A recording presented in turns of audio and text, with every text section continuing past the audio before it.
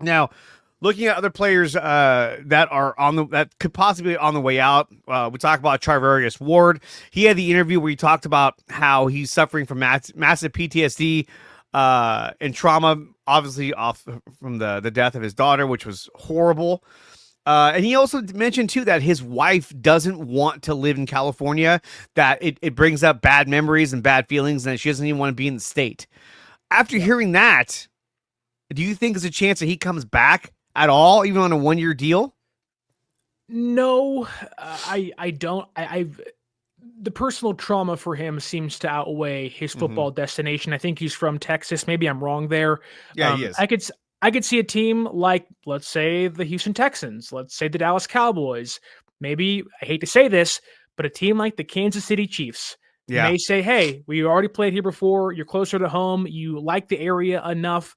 I can see him maybe taking a 1-year, 2-year flyer on a guy. I know there was reports earlier in the offseason that the Chargers make a lot of sense for him, which a Harbaugh, Devarro Bowman, Charvarius Ward would be pretty nice to see all those guys together, being Niners or former Niners themselves. But I think he'll have a market, but I don't know how big it'll be. That said, I don't think it'll include the 49ers this offseason. We're talking with Sterling Bennett, host of 49ers Access Podcast. He also covers the Niners for 95.7 The Game.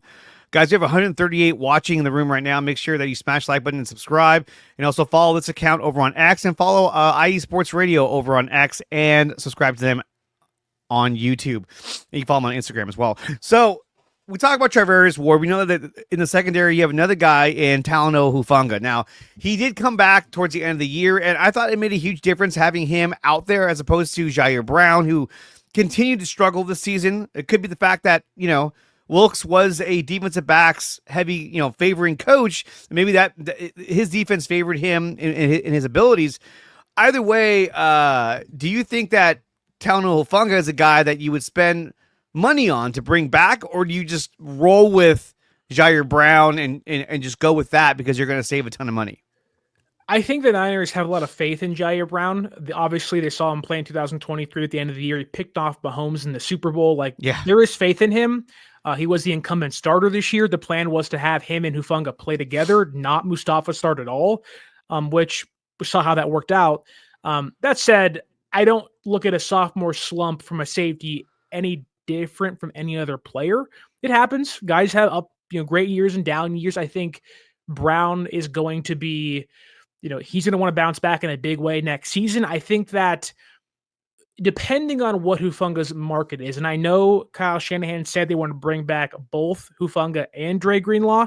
I just think Hufanga's age, and I know there's been some injuries, but a year after the ACL injury, he hurts his wrist.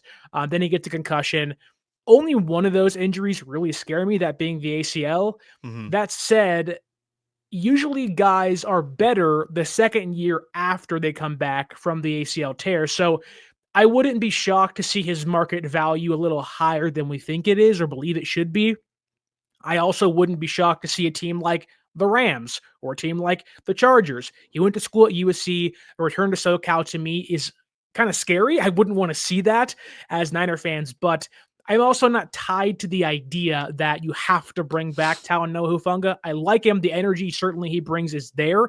Like you saw the impact he had with DreArea Greenlaw on the field against the Rams this year, held a relatively competent Rams offense to 12 points in the rain at Levi's Stadium in a game the offense couldn't score any touchdowns in.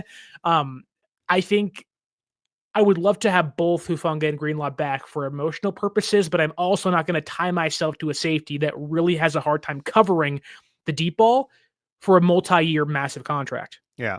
I mean, we talk about that game against the Rams. You had to win that game. It also brings up memories of Devondre Campbell, who decided not to come in the game. Unbelievable. Who tweeted today, mind you. What was that? He tweeted today. He did. He did tweet today. he did, and I actually have it right here. I was going to share that with you. This is what he said today. Oh, wait, that's me. He says, everybody playing both sides. I don't trust none but myself, this money, and my blick. I told him, I said, did you really think you deserved to start over Dre Greenlaw? You were a rental linebacker. Everyone knew that. Everyone knew that when you got here, except for you. I mean, it's kind of like, dude, what did you think was going to happen? Now, somebody was saying, oh, well, maybe he got mad because he was also playing behind D Winters at that time. Well, dude, he didn't play that well. he had some good games. I'll give him that. Against the Cowboys, he played well, and I thought against Tampa Bay he played well. But a lot of guys who are slow and who don't have great who can't break into a speed run really well, they play well in Tampa because it's humid, everything's loose. But the guy was a liability, especially early on this year. He was a huge liability in covering tight ends, covering receivers. He couldn't cover anybody. So I'm glad he's gone. The guy's a joke. He's a fucking quitter. And I'm sorry, he's a piece of shit. If you tell your team, I'm not going in because I should be out there starting, I'm unavailable. You know what? It's like, dude, how old are you? You're doing this at the NFL. You're being paid millions of dollars to go out there and play football. More money than most of us will ever see in our lifetime. And that's how you act? It's like, get the hell out of here, dude. Well, and you know what's crazy is that in that game, so Greenlaw comes back, Campbell gets pissed. Greenlaw plays 30 snaps, just over a half, maybe in that game. Devondre Campbell could have played in that one. Then 4 snaps against Miami. Greenlaw gets hurt again. Campbell could have started the rest of the season. I know. Not quit. And I get it. Hindsight's 2020, but it's like, bro, if you just would have come in the game, you would have got exactly what you wanted. Maybe earned yourself a job elsewhere in 2025. Yeah. And now, who knows? I mean, I still think he gets picked up by somebody, but he's not going to get a contract. He's going to get an invite to. He's going to be the equivalent of if it was the Giants, he would get an invite to spring training. You know what I mean? Just like, you can come in here, hang out with us, and we'll see if we like you or not. But look, another player that I wanted to kind of ask you about was Dre Greenlaw. I mean, we saw what he did in the game where he came back. He played his ass off. It made a huge difference. Probably came back way too early than he should have, but he wanted to help the team, which he did. Would you, as GM, would you try your best to bring back Dre Greenlaw? Or do you think that he's used goods and that his health is going to be an issue? I won't use the term used goods, and I'm going to get killed for this because I love Dre Greenlaw. I have his jersey in my closet. The energy he brings, it's infectious. This defense, this team would have probably been holding that Super Bowl 58 Lombardi trophy had he not gotten hurt against Kansas City. The impact he brings on and off the field means so much to the defense, and especially Fred Warner. Like, you heard all the comments that his players and his teammates made after that game against the Rams. It was like, oh my goodness, we're so happy Greenlaw's back. And there was this sentimental kind of energy around we have our defense finally back in place for this kind of stretch run of the season. That said, I'm not in the business of paying players a large chunk of change and for a long time after an Achilles injury in which he has not proven to be able to play through or be healthy after. My other major concern is, I love Dre Greenlaw and I want to bring him back for a lot of emotional reasons. I'm also mortified because he tore the right Achilles in the Super Bowl, but his left calf was bothering him the entire 2023 season. It's not good. So fast forward to this year, he comes back, and what calf is bothering him? Not the surgically repaired calf. It is the 2023 left calf injury that we thought was going to be a problem in the Super Bowl. My biggest worry and fear is that if they sign him to, let's say it's a 2-year, $20 million contract, 2-year, $18 million contract, all it takes is one play for a guy that his calf seems to be kind of hanging by a thread. I'd be terrified that you re-sign him and then boom, the other Achilles goes out. And at that point, you're talking career over, never the same ever again. So I'm open to bringing him back 100%. That deal would have to be so heavily laced with incentives. I'm not giving him a high base salary. There is no high-end guarantee. It's like, look, you have to earn and show us you can actually be healthy. for the majority of next season. And that's the thing too, is that, there's a report right here that talks about how he could be demanding anywhere from 14 to 17 million a year. That's a lot to give a guy who hasn't played since last year, only played a handful of games, has had a ton of injuries his entire career. But when healthy, that's my biggest fear, is that, let's say he doesn't get the contract in time from the Niners, that a team that's desperate enough will be like, hey, dude, we'll give you a 4-year deal, or you're getting paid, $15 million a year. Okay, let's do it. It's just because they saw what he can do, and they're so desperate to get an impact player that they give him that contract. I don't know if any team does, but I think that this could be a case similar to what would you say, Brandon Ayuk, or where they think they're worth more. Eric Armstead. I'm not taking a pay cut. I'm worth more. Look what I've done so far. And so that could be a case, which I hope it's not, because I think if he's going to find the most success, it's going to be right here in San Francisco. But like you were saying, they really need to show up that defensive coordinator position, because let's say you bring back Robert Saleh. He knows Robert Saleh. He's played with him before. He might be excited. Like, yeah, this is awesome. So I think they should really bring him back, but it has to be the right price. I'm not giving him 14 to 17 million a year. Like, if he was healthy 100% this year and was a huge impact, okay, this guy's well worth it.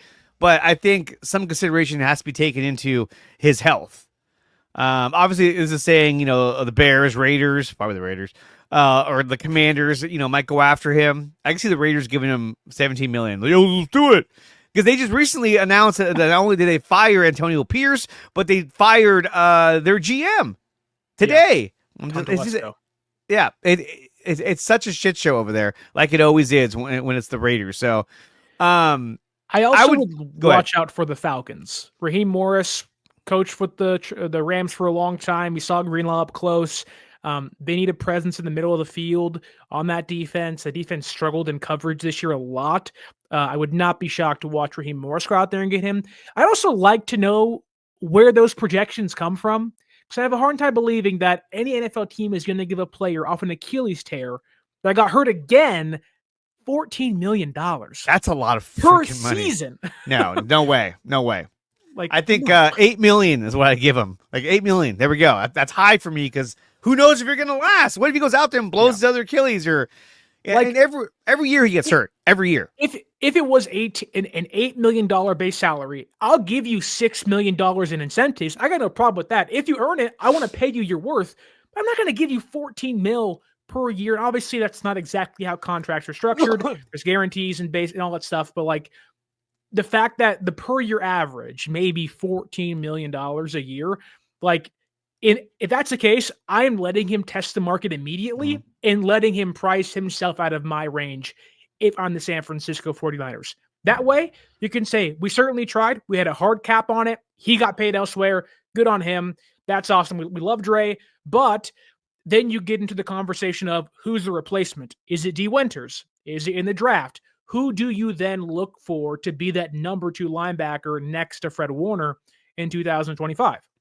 Well, and that's what 49ers First Takes is asking as well. Should the Niners draft his replacement, or is he already in the building? I don't think D. Winters is the sole answer, because sort of like Dre Greenlaw, he gets hurt a lot.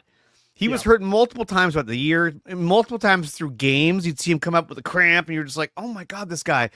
I think he outplayed Devondre Campbell, but that's not saying much when you look at the NFL talent that's out there. They could look to draft somebody, but to me, the draft needs to lean heavily on offensive line, defensive line. That's where they need the most help. Trying to stop this run game. I mean, towards the end of the year, it just seemed like the defensive line was just like, whatever. Evan Anderson, get in there, do your thing. And he was just like, I can only do so much. Malik Collins was like, fuck this, I'm out.